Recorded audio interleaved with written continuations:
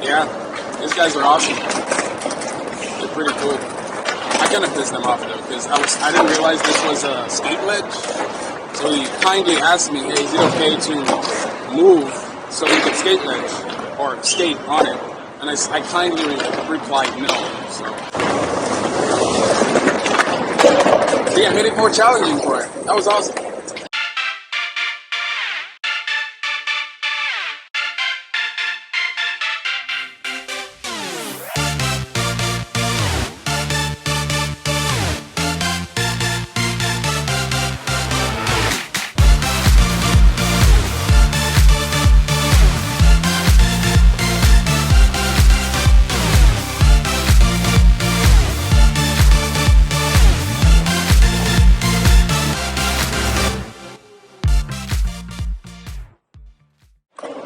It's a camera.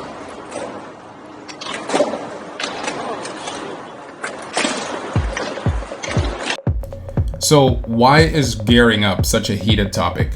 To make it simple, it's because the whole idea of riding an electric unicycle is to experience freedom, right? Just keep that word in mind, freedom. Well, it was the choice of the individual to ride a one-wheel device in the first place. So in the mind of that individual, who are you or me to tell them what they should or should not wear?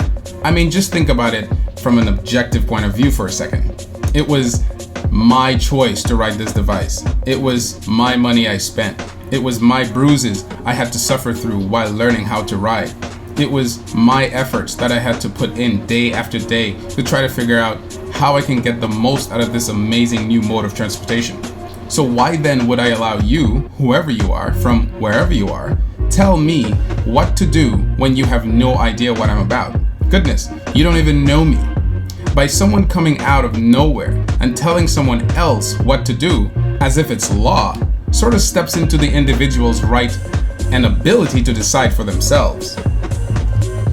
Although that's just one example, it makes sense that if any of us, which by the way are no authority on riding an electric unicycle, would suggest instead of insisting on someone wearing protection, maybe they would be more inclined to listen.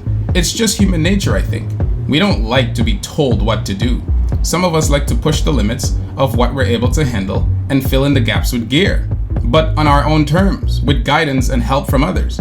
However, most of us don't like our hands being held, even though it's brutally obvious what needs to be done. It's literally like someone invading your private space, which just happens to be in the open for everyone to see and judge. Here's an example. Driving feels safe, right, compared to riding an electric unicycle. But how many of us put on our seatbelts every time we drive, even if it's just down the street? Or how many of us obey the posted speed limit? Or how many of us use our signals every time we're about to turn or pass someone on the highway? Or how many of us drive in the fast lane when we're clearly driving much slower than traffic? Now, take all this and imagine a citizen or even a non-citizen pulling you over in traffic and telling you, hey, I noticed you are not wearing your seatbelts back there. Or I noticed that you passed someone back there with no signals, etc., etc. How would you feel? Would you listen to that individual even though they had your best interest in mind? Or would you say something else? Now, everything I mentioned here are laws on the books, and most of us don't obey all these laws on a daily basis. We do it without even thinking, yet such recklessness is responsible for much death and accidents in the US alone. The point is, wearing gear is essential and should be a fundamental thing even before getting on an EUC. But whose decision is that to make? Some people are stubborn, and I'm definitely in that category. But the balance for me is making sure that my stubborn behavior doesn't fall in the realm of complete incompetence. Gear alone is not enough. Knowing your wheel is of utmost importance, even more than wearing gear, and maybe on the same level.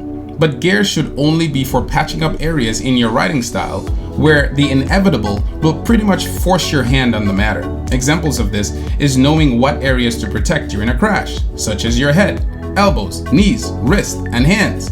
Gear will never cover 100% of what could possibly occur during a crash or cutout, but knowing your wheel and knowing your limits is a good start on figuring out how to gear up.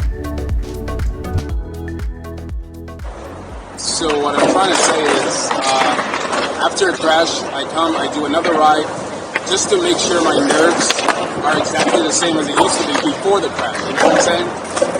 I came from the skate park because look at these guys, man. They're risky. These guys are risky. They're the most riskiest guys. A lot of them break their bones. Crashing is a normal thing. Getting hurt is a normal thing. You know what I'm saying? But the problem with me in gear is I feel like half the time when I wear gear, it interferes with how I ride. So my thing is I want to gear up, but I need to gear up. I need to gear up with gear that does not get in my way of maneuvering. Like I've seen a lot of guys wear gear, and a lot of them, they're overdoing it. I mean, you can wear whatever you want, but my point is, it's so bulky. Any type of maneuvering is kind of difficult. You know what I mean? It makes it impossible almost. So I'm not trying to look like an obese robot. Is basically what I'm trying to say. So I've looked around, I've searched around, I've seen a lot of gear that's very light, that's very ergonomic, and hopefully those will be beneficial for me, but I have yet to try it. But yeah, man, this ride I just did was pretty nice. It was pretty chill. And I didn't feel like my nerve was rattled. It's kind of funny because it's only 5 miles an hour. Anything can happen at any speed. And I've crashed at way worse speeds, but the difference is I was geared up, you know what I mean? So,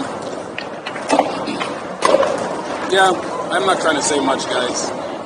Just that, at minimum, wear something for your arm, your gloves, definitely your helmet. I mean, I wear 2 layers, you know what I mean? Like this layer and this layer. Believe it or not, you guys never asked, but this right here is from a crash. This hole is from a crash. So, yeah, these guys are awesome. They're pretty cool. I kind of pissed them off though, because I didn't realize this was a skate ledge. So he kindly asked me, hey, is it okay to move so we can skate ledge or skate on it? And I kindly replied no. So I got upset. If you're gonna ask me something, come on, man, you gotta expect the answer. I'm not gonna say yes because you asked. I'm gonna say no sometimes. But anyway, I'm not gonna be here for long. This is a massive skate park, by the way. And they're concerned about this tiny little spot right here. There's 2 of them. There's this one and there's that one. That's hilarious. But, yeah, guys, gear up. Definitely gear up. And, why don't you guys share in the comments exactly what type of gear you have? And whether or not you think bulk gear is actually a negative. You know what I mean? Because there's a lot of people wearing bulky gear. And I rode in New York with one guy once. And he was padded up like a motorcyclist. But he couldn't ride. He had a hard time looking left, looking right, trying to anticipate traffic. It was hell. Like, I watched him. I was paying attention to him. And the guy was literally nervous. Like, every time he would look left, look right. I was like, well, part of the reason you're doing that is because, number one, you're geared up to the max. So if you're geared up to the max, my opinion is don't ride in traffic because you're inhibiting your vision. You're inhibiting your ability to move left, move right. You know what I'm saying? Stop, slow down, accelerate, etc. Gear should be something that you add. It should be kind of like an exoskeleton for your body, not like something to inhibit your movement. You know what I mean? But, yeah, guys, I have nothing else to say. And I'm about to head back. These guys are awesome, though. So yeah, made it more challenging for it. That was awesome. I'm out of here. I'm leaving now.